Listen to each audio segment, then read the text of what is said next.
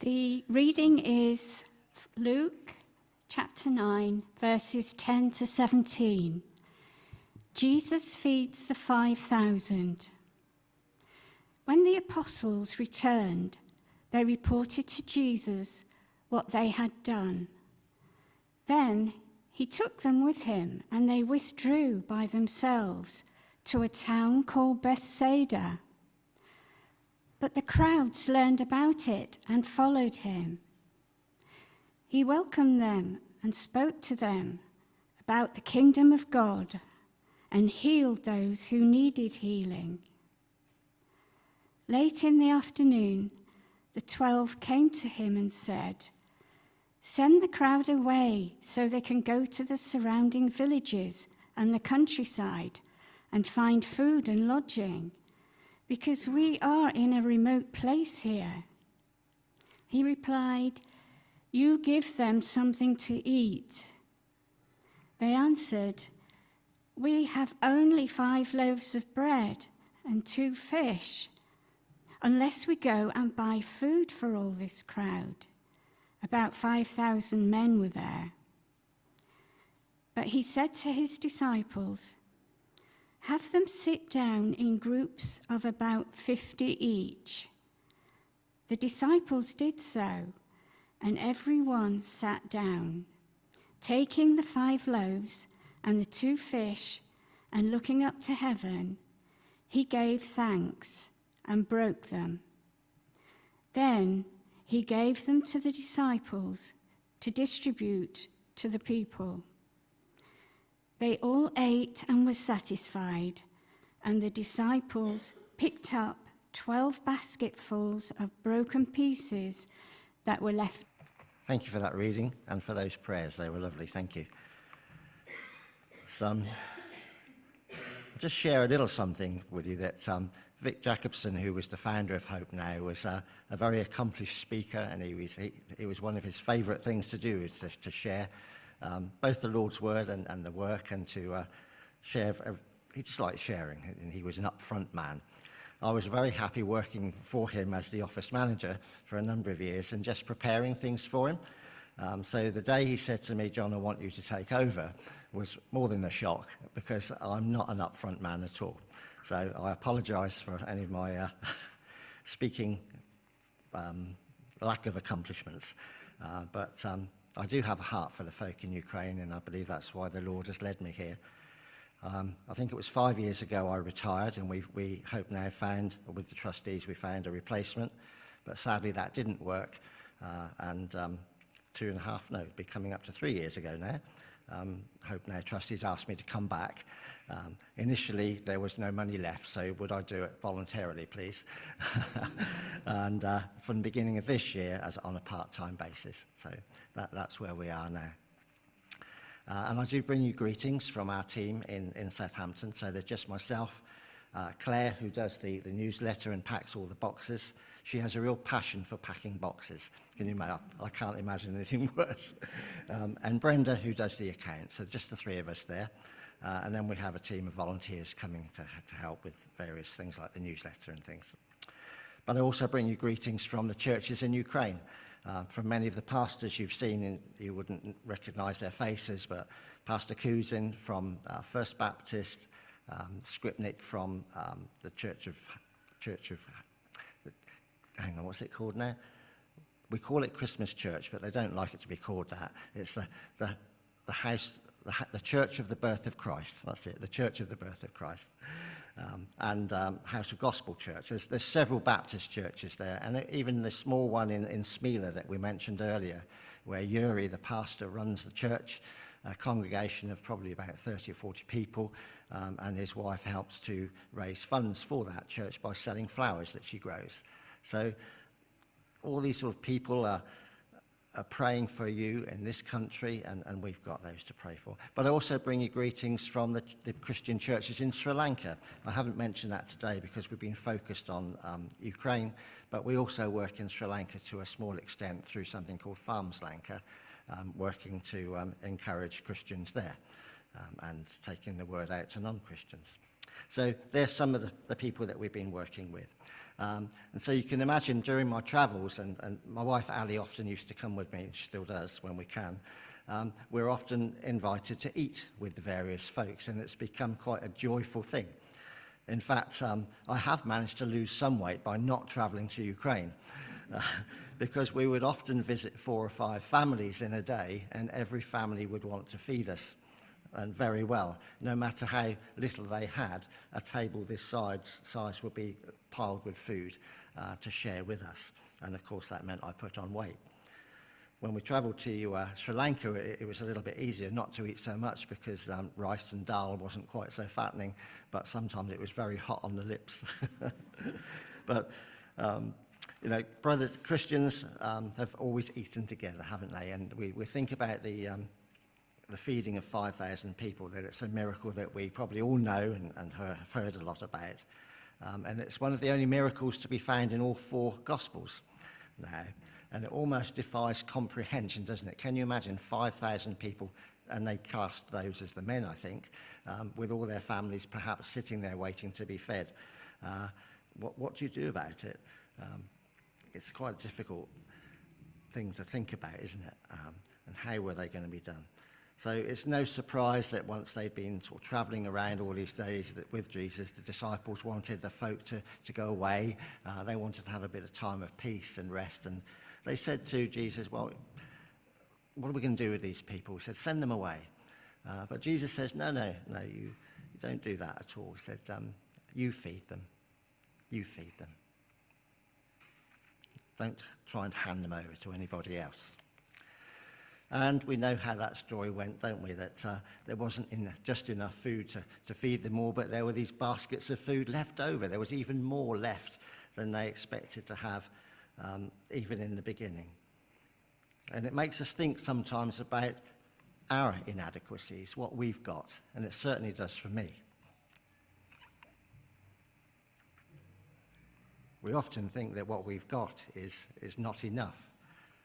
It's not worth very much, really, and we're not good enough. But, sometimes if we act through these smallnesses of what we have got and that we bring it to God, he can do amazing things with it. And, every parable that we can read about God's kingdom, every teaching that Jesus ever taught, started with something small and often ended in something quite glorious. He used the inadequacy of what he had and what those around him had to make a real difference and to be able to make a difference in the lives of others around them. So this particular story was a story of a crowd of people who had very little in common, except they were hungry. They were hungry for both food and they were hungry for healing. They were hungry for Jesus. And they were fed. There were no questions asked. There were no prerequisites. It's a people who were shown that what they had could be used and that wasn't the end of the story. Because in this story, we also see Jesus addressing the most essential physical needs of his fellow human beings. He did much the same thing when he, to disgust of the religious leaders, he dined with tax collectors and prostitutes and told his well-to-do friends that they're the ones they should invite to the banquets and for the meals, not their rich friends. But by eating with these sinners and the outcasts, Jesus was saying, what was he saying? He was saying, these are my friends, these are my companions. And eventually it got him killed. But he could, so that he could be raised again in glory. I think sometimes in the church we're tempted to hide God behind beautiful things, and we can become hung up on these objects rather than what they're actually pointing to. So learning to see God is often learning to see with new eyes. And even ordinary things can become quite holy. And when received with open hands and with hungry hearts, the signs of Jesus just never cease. The wonders of Jesus never cease. So this is the God who never runs out of holy things, the God who multiplied wine at a wedding, turned these loaves of bread and fish into lunch to feed thousands of people, but would also leave his flock to go looking for that single lost lamb. He won't leave anyone. And we have a choice today, don't we? We can join this party if we want to. We can share in that picnic and drink in this wine of undeserved grace. But we do need to know our own hunger. We need to know that ourselves. We need to know our inadequacy. And we need to know that we can't do it by ourselves as much as we often think we can. My wife often reminds me of that. But it wasn't long after this miracle, was it, that Jesus and his followers arrived in Capernaum. And we can read in Matthew 17, I won't read it now, I'm sure you know the story, that Peter was asked whether or not Jesus should pay the temple tax. They were going to the temple. This was a tax to help upkeep the temple, and it was necessary for everybody over 20 years of age to pay for it. It was worth roughly 2 days' wages. And we can read about that in Exodus 30:14, when every person, rich or poor, had to pay the same amount of money. So, not to cause offence, Jesus says to Peter that they too should pay this tax, and that Peter was to go fishing. In that fish's mouth, he would find this coin, which would pay the two persons' tax. And we sometimes wonder, well, I do, why did Jesus ask Peter to do that? Why didn't Jesus, the Son of God, just open his hand and there was a coin? Because I'm sure he could have done. But that's not what Jesus wanted, was it? And I wonder what Peter was thinking too. Was he going to have to sell the fish to try and pay the tax or anything? But that wasn't really Jesus' plan, wasn't it? Because it wasn't so much the tax that Jesus was thinking about here. It was Peter, his follower. Because Jesus asked Peter to do something that Jesus knows Peter can do. Because he's a fisherman, isn't he? Go and catch a fish. You know, you've been doing that for years. So then when he goes to catch this fish, there in its mouth is the coin. So the question today is, who achieved the miracle? Was it Jesus or was it Peter? Jesus knew the coin would be there, but it was Peter who caught the fish, wasn't it? It wasn't lying dead on the shore, because Peter had to use his skills to catch it, so it was a joint effort. Jesus wanted Peter to know that if he obeyed him and followed him, they would succeed. They would succeed together. And so this message for us today is that God has given each and every one of us skills, hasn't he? Skills and abilities for a purpose. Not one of us has got the same skills or abilities as the person next to us or in front of us. We all do so many different things, and we can do that in different ways. But God is saying, if you use those skills with me, we can double, treble, 100-fold use your skills and make a difference to so many different people. Just one more brief example. In 2 Kings 4, we can read about the widow and calling on Elisha for help because she was about to lose her 2 sons. You can read it for yourselves later. But basically, young men were called to work as slaves to pay off debts. And often the case would be that these sons were never returned to the family. So she went to Elisha to ask for help because she couldn't pay her bills, her debts. And Elisha comes along and says, well, what have you got? How can you help these two boys of yours? And she said, I have nothing at all. She says, all I've got is this small jar of oil in my house. So Elisha says to her, well, send your boys out, go around the village, get all the jars you can find, bring them to the house, and then shut the door and fill them with oil.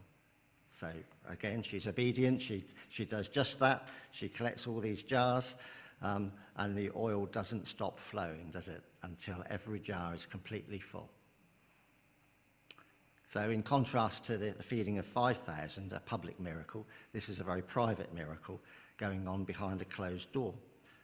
It sort of demonstrates God's mercy to this poor widow. And she didn't hesitate to respond to the instructions of the Lord's prophet, did she? So we had bread, and we had fish, and we have oil, which are the ingredients of a good, wholesome meal. So let me ask you today which ones that you might relate to.